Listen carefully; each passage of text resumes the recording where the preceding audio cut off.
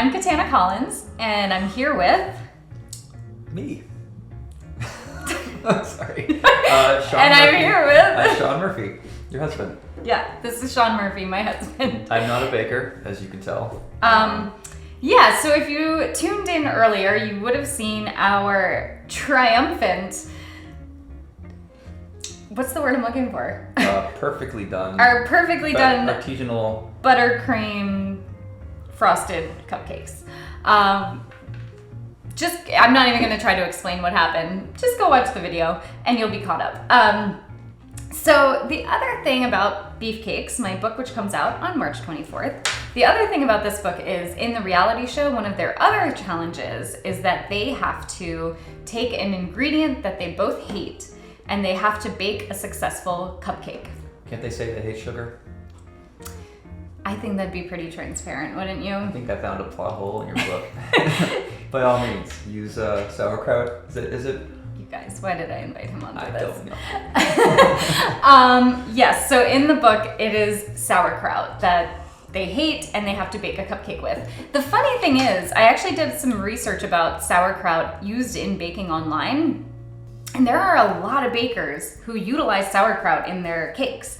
And they say that it helps with moisture and that, I see that, yeah. like, it's apparently like keeps the cake moist, and if you do it properly, Moist. I know people. I'm sorry if you don't like that word. But they say that if you do it properly, it doesn't even taste like sauerkraut. It almost has a coconut texture, like a shredded coconut. But you made these, right? So they'll probably taste like sauerkraut. Okay. I hate to admit he's probably not wrong, but I mean, I did by the directions. Like, I did everything that they said to do. So I rinsed and I squeezed, and like you have to like rinse the sauerkraut and like squeeze all the juice out of it first.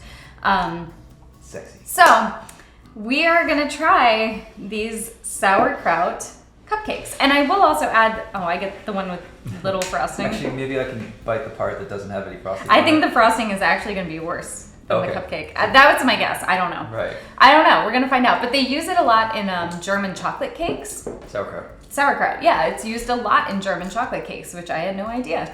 Me neither. So you guys, I don't know. We're gonna see how this goes. Well, the buttercream looks perfect. Doesn't it though? I see there's sauerkraut like hanging out already. It's like a sour booger. It looks really gross. Mm-hmm. It's also really thick.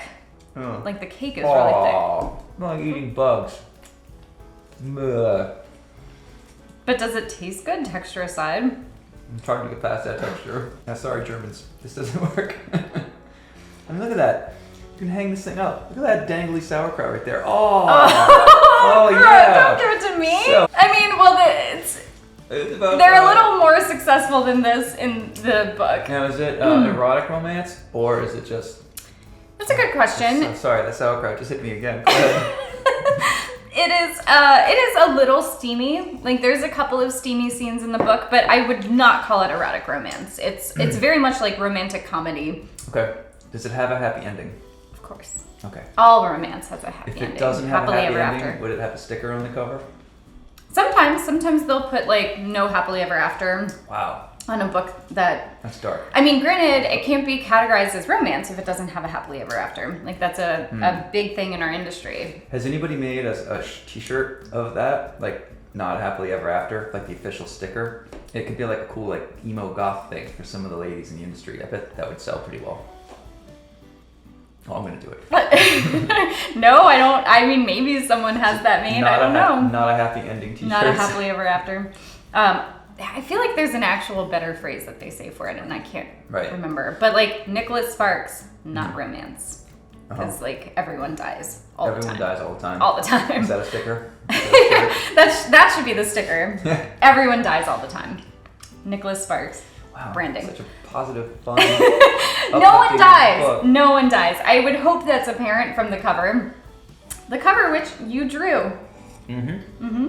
Yep.